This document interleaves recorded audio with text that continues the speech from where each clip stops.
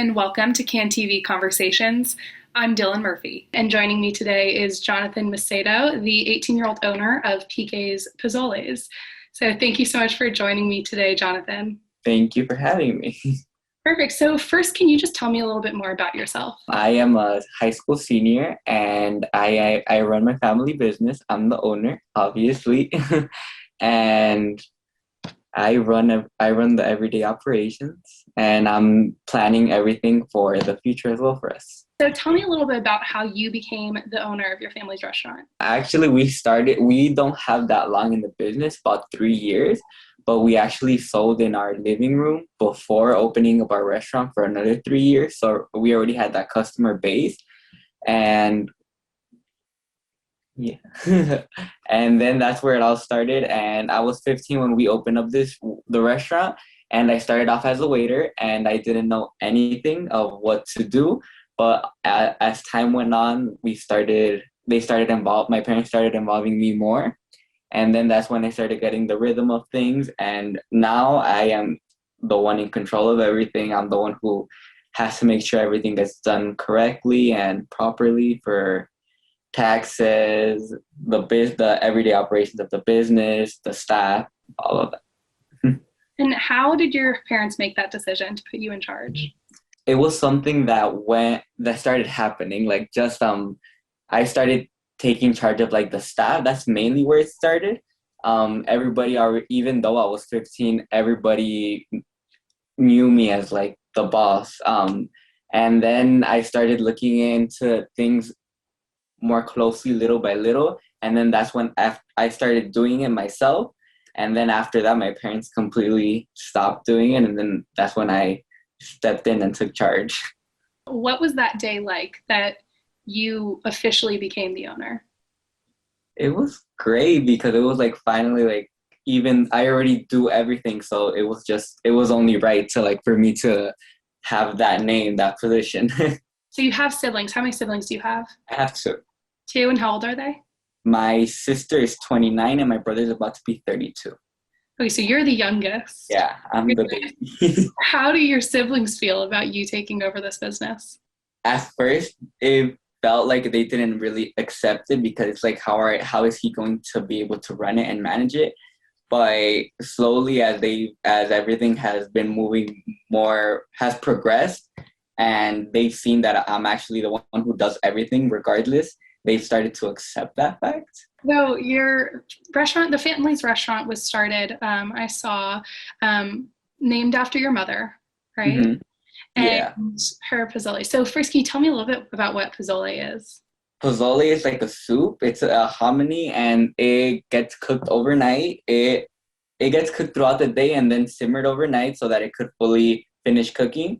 It takes about 6 hours to make, and then that last process of simmering overnight is really important too because it finishes incorporating the flavors and then finishes cooking the meat, because we put whole pork legs inside of the soup in order for it to get that flavor.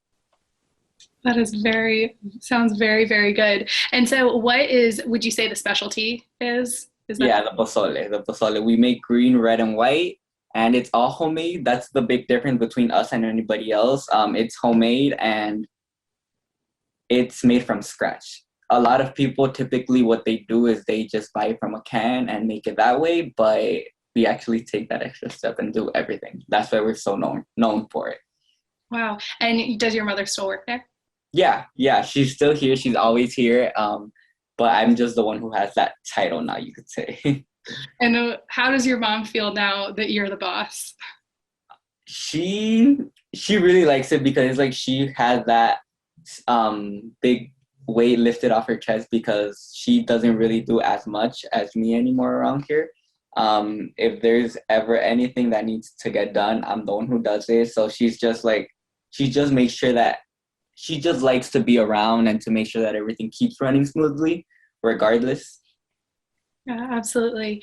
And you said there are a few different kinds of pozoles. So what is the best in your opinion? In my opinion, I like the white one. The white one is the base of all three, and it's the one that I knew as a kid. the green and the red do have some seasonings. That's why it makes them green and red. And depending on the part of Mexico where you're from, that's typically the one that is most popular in the area. But my personal favorite is the white. Great. And do you have one memory as a kid growing up about Pozole that makes it so special now that you are the owner? I just remember as a kid, when I was 12, when my mom started selling from our home, I would get a bowl of pozole before we started, and then I would put ice because I don't like things that are hot. So I would put ice, and then I would just eat it like that with the ice in my mouth and the pozole in my mouth. Growing up, was this a staple in your household? Yeah, we always had it. It was every Saturday and Sunday it would be there, so it was just something that we would eat, whether we like it or not. You're 18 years old, you are a high school senior, and you also are the owner of a restaurant. So how do you balance all of that? I don't know myself. um, it just in the morning I do school, and in the afternoon I make sure that everything keeps getting run smoothly. Since we do have a lot of employees, it is mainly employee ran, so that's what honestly does help a lot. And then I just check in here and there, and especially now with remote learning, I'm able to be here and there at the same time. So if I have a little break, I go check on everything, make sure everything's good, and then vice versa. You're graduating now in the spring or the summer? The summer. Right. And so what are your next plans for next? What's next? I'm going to be going to DePaul, and we are right now actually just waiting because we're about to expand to a different place, and hopefully by Little Village at the end of the year. But right now, hopefully in a month or two, we're already in a bigger place that's about 3 times bigger than where we are now. So that's what I'm working on right now. And then right now we only open 5 days a week, and we're planning to open 7. And I'm balancing all of that and hoping that it keeps getting ran by just the employees so that I'm able to do school properly, like full time, and then keep balancing the business. And luckily you'll still be here in Chicago. Yeah. I actually only applied to 3 schools. And because I didn't want to apply to ones outside because I know I'm not going to go because I want to stay here with the business. Right. So was that a big influence for you deciding on going to DePaul? Yeah, that was mainly the only factor because I love this business a lot, so it was only right for me to stay. And what are you going to be majoring in at DePaul? I'm planning on majoring in business administration. Which will be great.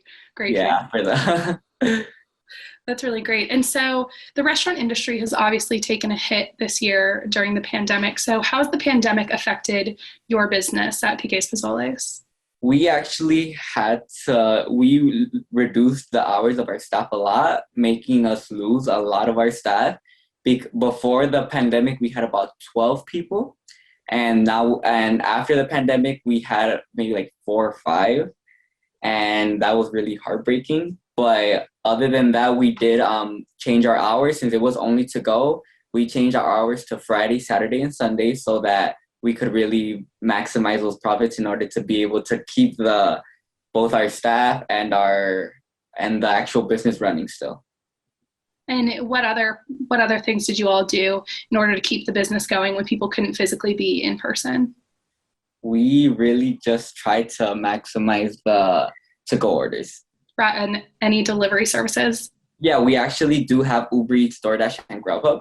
What isn't great is that they do take a big cut, but that also did help because there were times where it was really cold and people couldn't go out, and that's what really helped us because it helped us have some sales rather than nothing because people didn't want to get out of their homes. Right. And with companies like Uber Eats taking a bit of the profit from you all, how do you think that will factor in going forward? I actually think that we're going to be taking them out of the business because they take too big of a cut where it honestly isn't convenient anymore. So I think it will be better for us to just get our own delivery drivers or find a different route. Yeah. And so, on top of being a restaurant owner, like I said earlier, you're also a high school student. So, what's been the hardest part for you being both an 18-year-old business owner and also being a student?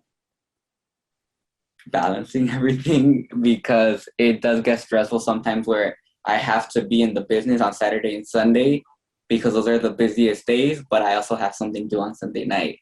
So sometimes that does get in the way a lot, but sometimes I just have to figure it out. Absolutely. I definitely understand that. And so, as an 18-year-old, I'm sure you're managing people who are a lot older than you. Can Yes. you tell me a little bit about that? Yeah. Before people didn't really take me that serious because it's like my mom was still top of the game. She was still the one in charge and she still is.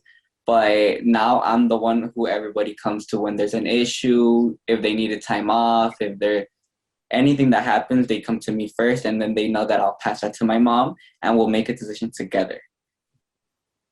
Yeah, absolutely. And have you had any instances where you feel like you've had to grow up or mature a little bit as an 18-year-old running a business like this? Yeah, just the overall part of running a business because there is really not anybody who I could relate to.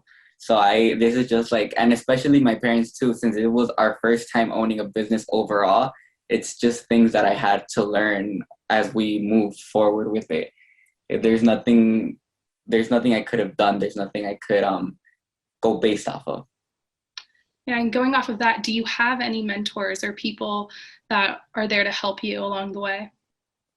No, it's honestly just me. It's just me and my parents. My parents are mainly the main ones that help me with if there's mainly with issues with the staff because my dad used to be in charge of people in a factory, so he knows about handling them if there's problems in that. But he's passed that knowledge to me, and then that's where I've um, executed it with their staff. Very cool. And what do you see for yourself in your future? I think we hopefully will own a lot of restaurants and just keep going with this business and maybe go on to more businesses later on. And what do you want your legacy to be? What do you want to be remembered by? I think right now, just remember that really young person that did a lot in their life because all my siblings don't really have that much and never really stepped up to the plate. So that's what right now a lot of people are recognizing me by because I'm so young and I have so much. Like I'm about to purchase a home this year also. So that's like no one really could say that. I think you could say um, having a business, having a home, having a car, everything all at 18 years old. My last question for you is Pozole is obviously something that's important to your family and to your mother in particular for her having her recipe now being sold at your restaurant. So, what does that mean for you, knowing that you can carry on this tradition? It's great because that's one of the big reasons why I wanted to keep doing it because my mother, that's what she was known for, and I want my mother's person to keep on moving forward with the restaurant and the restaurants that we will have, and everyone will always know her still as the one who makes the pozole. Thank you so much, Jonathan Macedo, for joining us today to have this conversation. I really appreciate it. And thank you for watching CAN TV Conversations. I'm Dylan Murphy. Have a great day.